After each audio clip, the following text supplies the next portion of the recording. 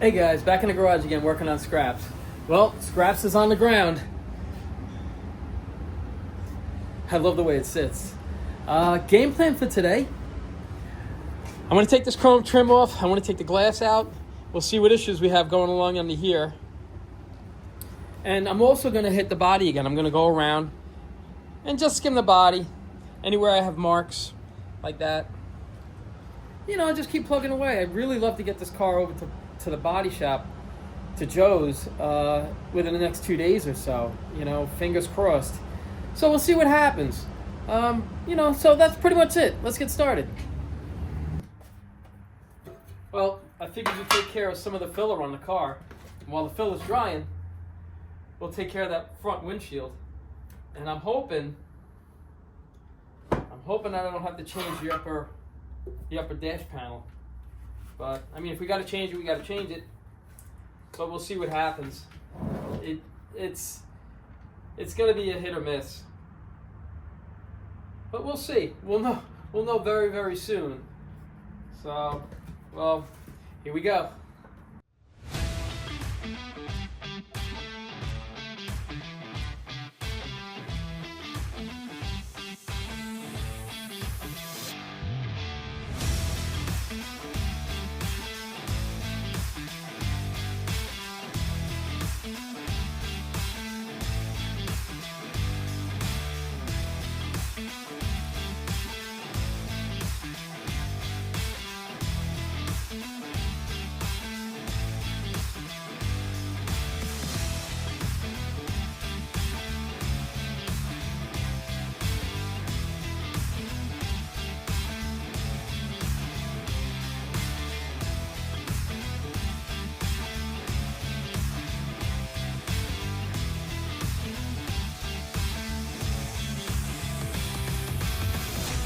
All right, so we went around and we just touched up all the little things around the car. And I'm sure I'm going to find a lot more. I'm sure I got probably at least another 8 laps around this car before it finally goes over to Joe. But while that's setting up, we'll take the chrome trim off, we'll pop the glass out, and we'll see what we got. We'll see what the onion brings us. Okay, here we go. All right, we'll get this chrome trim off the bottom. It's only like 9 or 10 screws. Here, like these right here.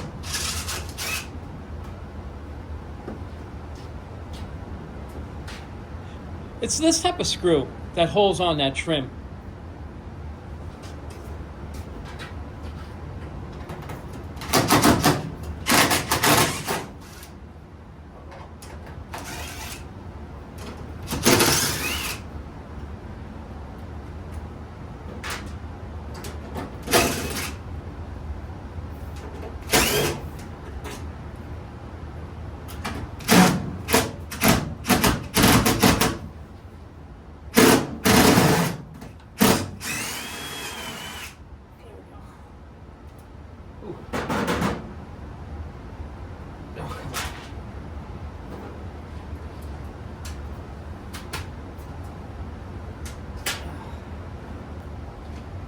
Yeah, there's a few.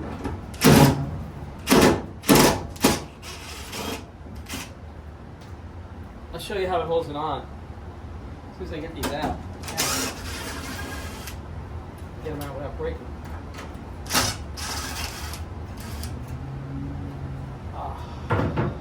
Just realized.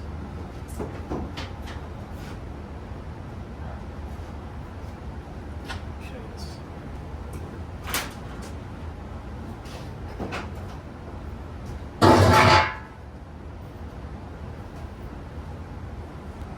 All right, I just want to show you something. This chrome trim, it's got screws all across, and these are clips that clip onto the back of this. And I'll show you when I get it off. But to get it off, the original ones, they come with, there's a clip right here that goes up in between the fender onto this on both sides. And I gotta tell you, I've never taken off a bottom chrome trim without being able to put it back on and still using that corner piece. I just can't get it in there. So I'm gonna try to see if I can get this out without damaging this clip. If you can see it right up here, it comes up So we'll see what happens. So when you see me in there with a wrench, that's the screw that I'm trying to get out. And it's hit or miss. Either they come right out, or they break, or they strip. They could be such a pain. So let's give that a try. Alrighty, here we go. Hit or miss. Either it'll come out or it won't.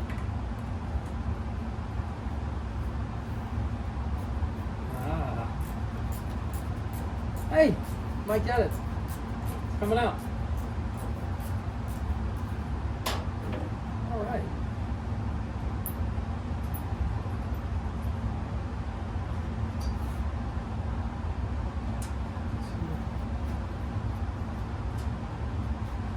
All right. Let's see how the other one comes out.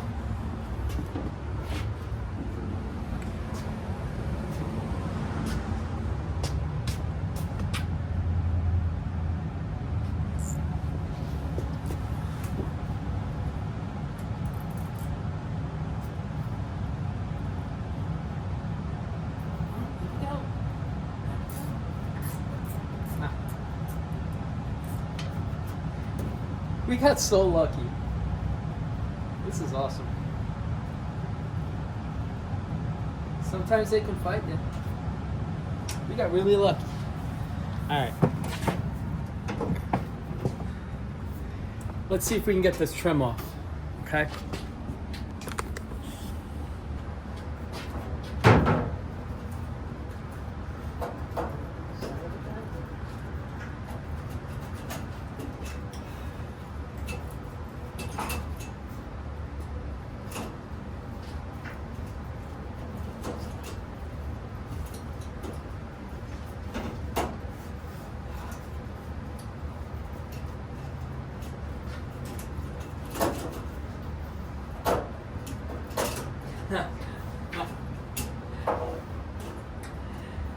They never come out anymore.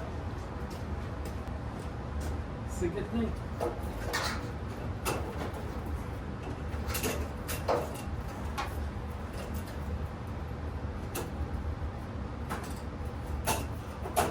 There we go. Look at that. Okay.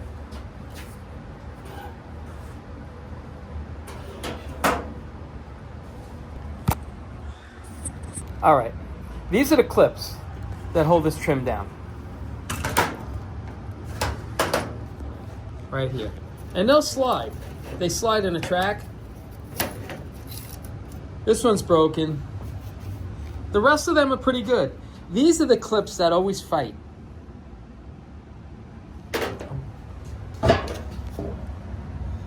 You know, they slide into where that screw is. I've never gotten them out that easy. Usually there's such a fight to get out, and I honestly don't know how they did it from, I guess, from brand new. You know, I'm sure they figured it out. And these are little stops right here. They're like spaces like going right here. These right there. So that's the trim right there. I'm just curious to see if we can get this glass out without breaking it, because I can get glass out, but I usually break it, and I don't want to break this glass because it's original. So, and like I say, this car, it still has the stickers from 1988. That's the last registration. That's the last inspection. So scraps has been sitting for quite a while. And I'm looking really forward to getting this car back on the road. So enough babbling. Let's get that glass out. Well, what I'm thinking, I'll just run a blade across this.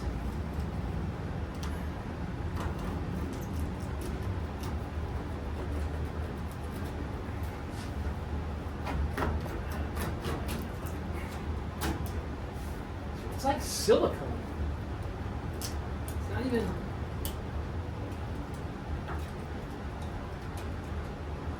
I don't know what it is, honestly.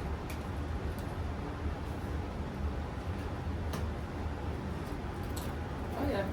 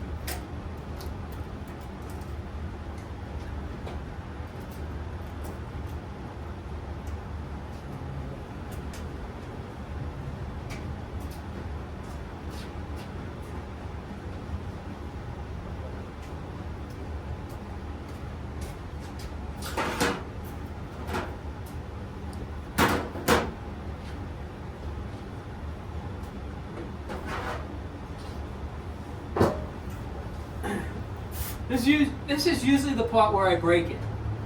So, we'll see.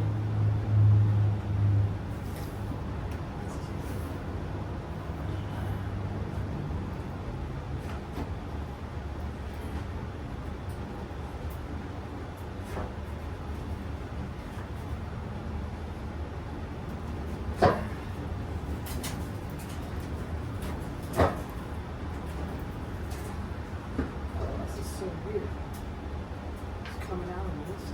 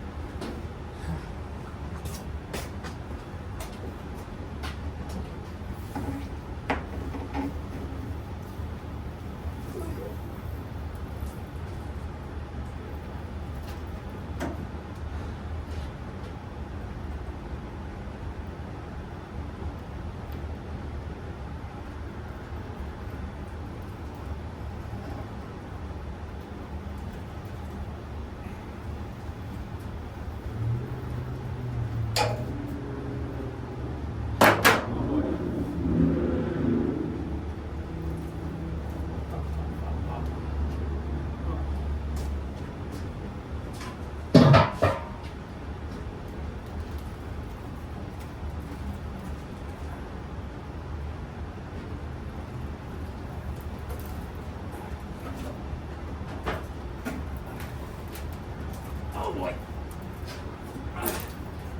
Oh, this is it. Well, we got the glass out. And Mr. Wilson, I didn't break this one. I can't go near glass or camshafts. I usually round out camshafts and I break glass. So, I really didn't want to break that glass because it's original. And that glass weighs a ton. The difference between a new glass and the original glass is you could just pick one up and just notice the difference in the glass and the weight of the glass. So that's why a lot of drag racers, they change all the glass in their car to new because it's a lot lighter. So it still looks all stock, it really is, but it's just by changing that, it just makes the car a lot lighter. But surprisingly, this is in really nice shape all the way across. I mean, I got to clean it and wheel it down and stuff, but it's a nice shape. And this isn't bad either.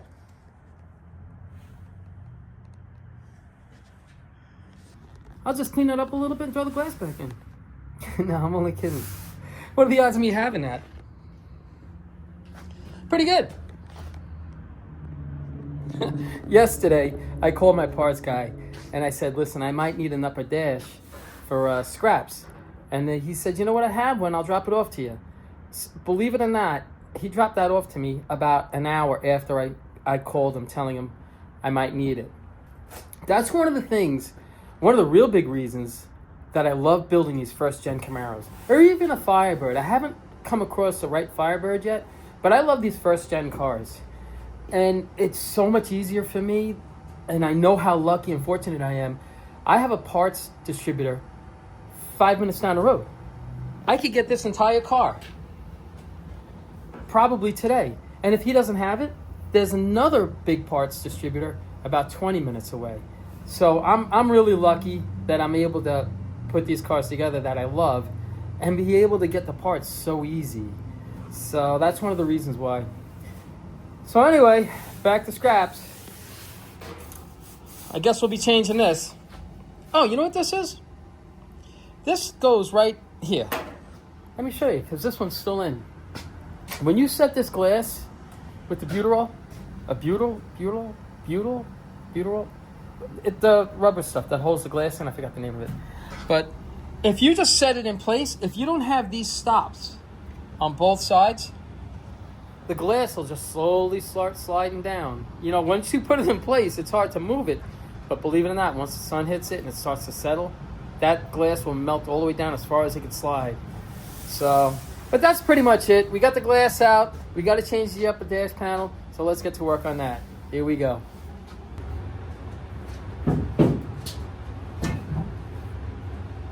To get to the upper dash, there's like a little welded tab that welds on to this pillar post. So you got to take these pillar post covers off right here on both sides, because you got to cut that and you got to re-weld it. So I'm going to pull these off now, and I got to pull these screws out of the upper dash here, so I could disconnect it from here and just get rid of it. You know, get rid of what we don't need right now. I mean, I got to change the VIN onto that right there, and I'll show you how to do that too. So, all right, let me get to work on this. All righty.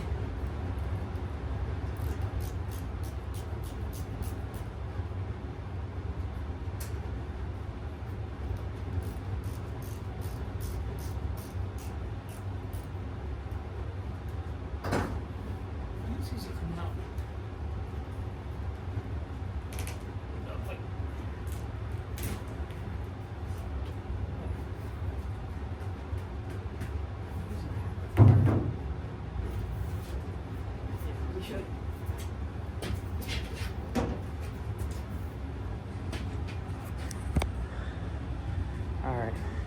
This is where it comes over and welds to the pillar post right there.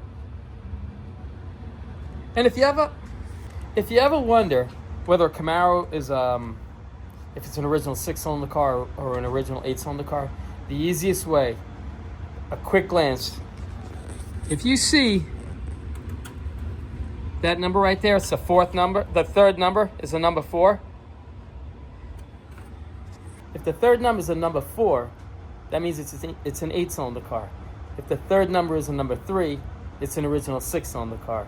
So at a glance, you can tell whether that car was originally a 6-cylinder or an 8-cylinder car. As far as the car itself, they're exactly the same. The suspension, you know, you can go from monoleaf to multi-leaf, things like that. But the car itself, and the perches are different too, and the leaf springs. But the car itself, it's exactly the same, 6-cylinder or 8-cylinder. You know, there's a few little things here and there, but structurally or anything like that, they're all the same. A lot of guys, there's some guys that I know, they'll ask me all the time, Al, if you have a 6-cylinder Camaro that you're looking to sell, call me. And he'll only buy 6-cylinder Camaros. And I'm like, really? He's like, yeah, the reason why is because I know it hasn't been beat to death. And I'm like, yeah, I guess you got a good point there. So, alrighty, enough babbling. Let's finish this.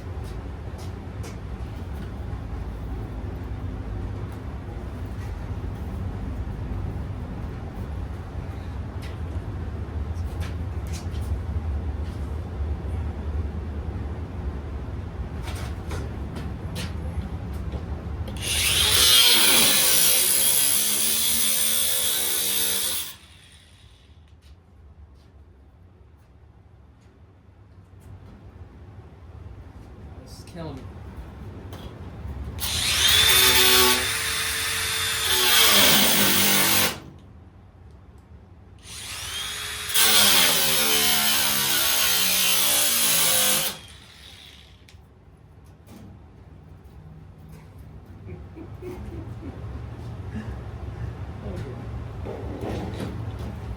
Can't make it up.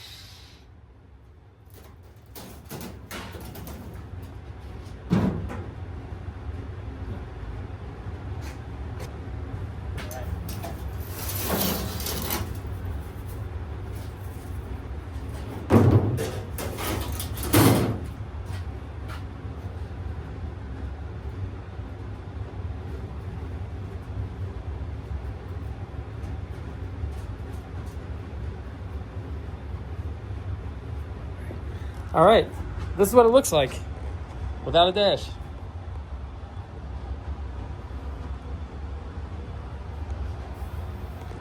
Here it is. What I'll do is I'll take this VIN out over here. These are pop rivets right here, here and here. They have a star on them. It's a backing plate and then the VIN tag, the numbers underneath that right there. I happen to have these pop rivets. I was looking for, you can use regular pop rivets too. I was looking for regular pop rivets and I stumbled across those. I was like, wow. So it's going to get the right pop rivets as well. But, you know, it doesn't matter anyway. You know, whether it's a standard pop rivet or that, it doesn't really matter. So what I'm going to do is I'm going to clean all this up best I can. I'll hit it with a rust neutralizer, and then I'll set the new one on. All right? Here we go.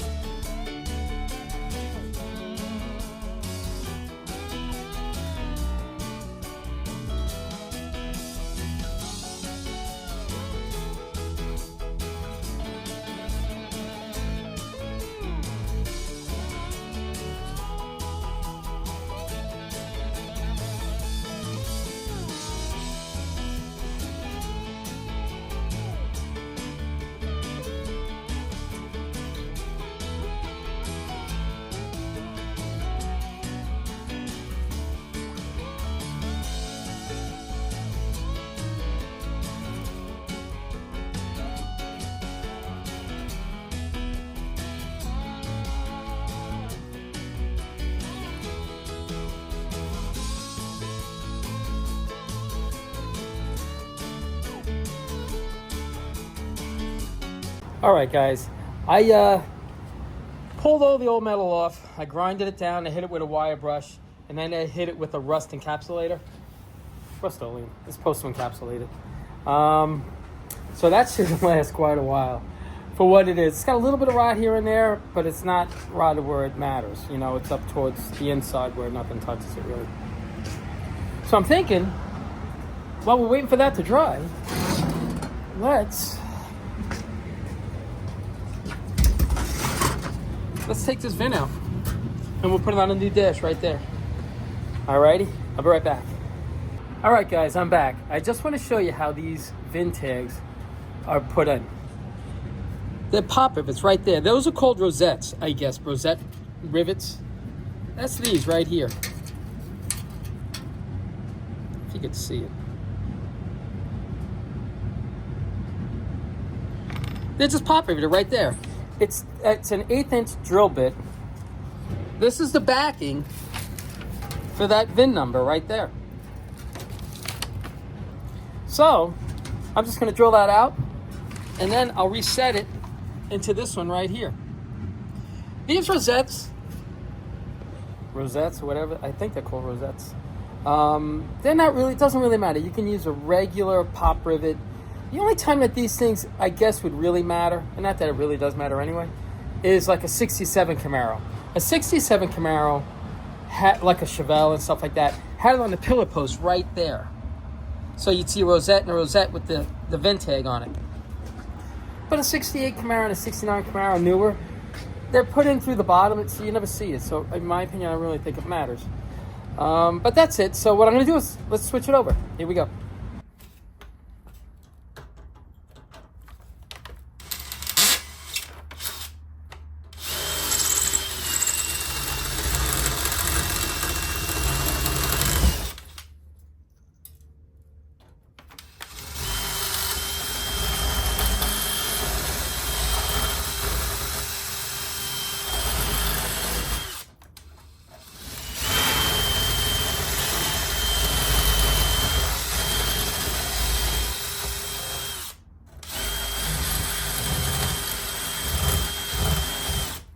Oh, you're killing me.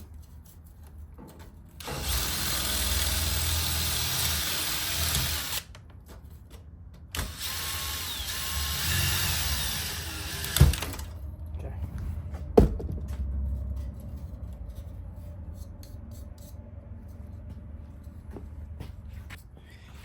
And this is the VIN right here.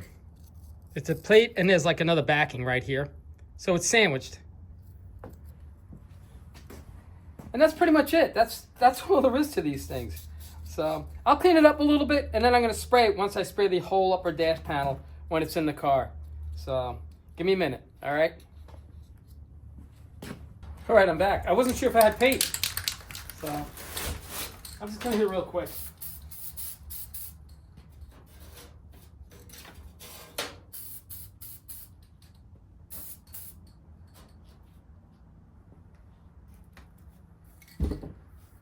And this right here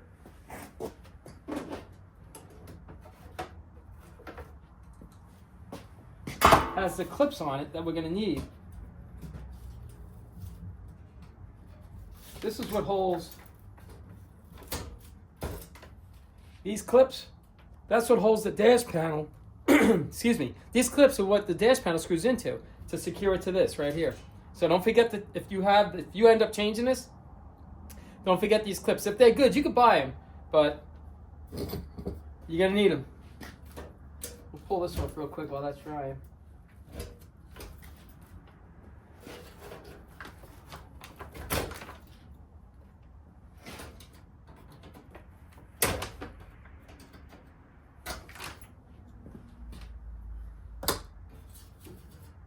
All right. Oh, that's good.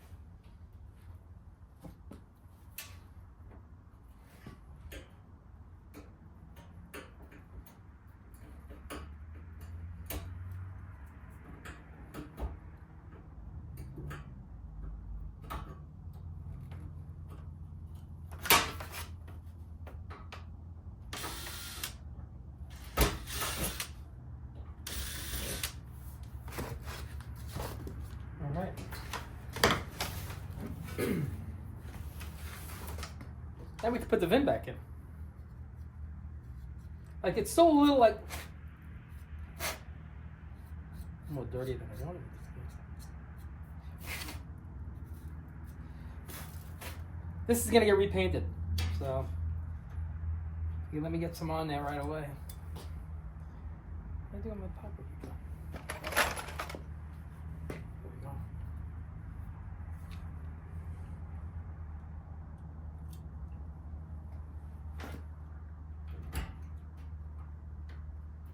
Oh no.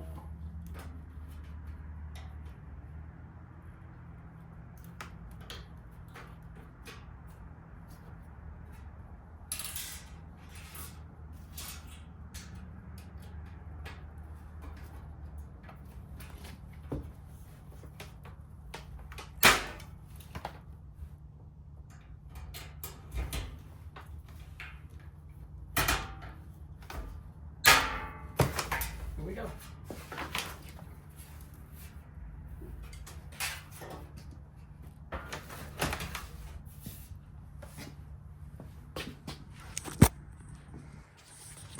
And this is all there is to it, just like that.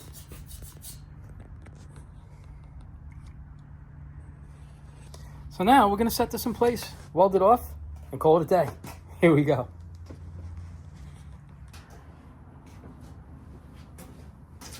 All right, let's set this in place and get to some welding.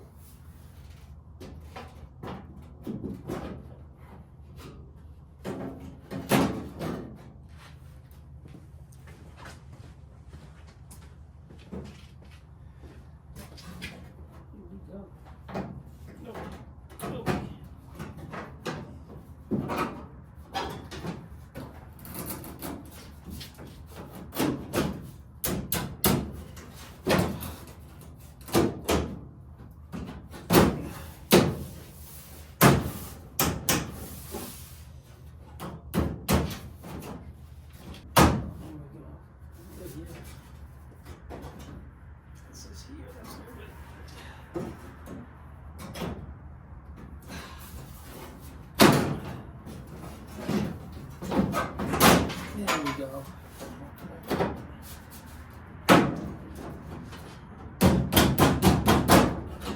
There we go. That's what I want.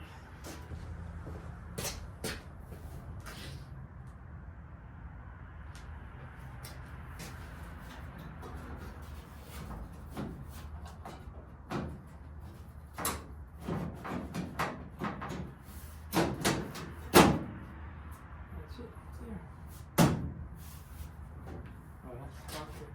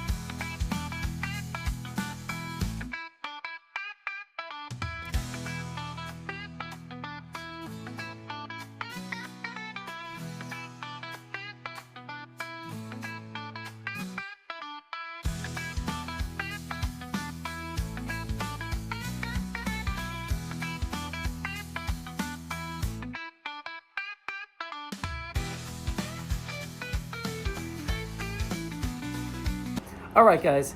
So we got this in place. It's got to get welded right there, and then all along in here. Actually, you know what I do? You know, a lot of times when you get these tips, you can't get them off the drill bit. You can't get them off the Phillips head. So what I started doing is I'm like, all right, let me see how many holes I can drill with this thing. So it ended up, every one of these holes is with that one bit. That gives me my pilot. So I could just sit there and I could just go along without worrying about having to get a drill bit and pre-drill it or anything like that. So now that I got my pilot hole, I'll get a bigger bit and I'll drill into this. And as soon as I feel it hit the metal on the bottom, I stop. So now the metal on the bottom I know has got a nice clean piece of metal to start my weld with.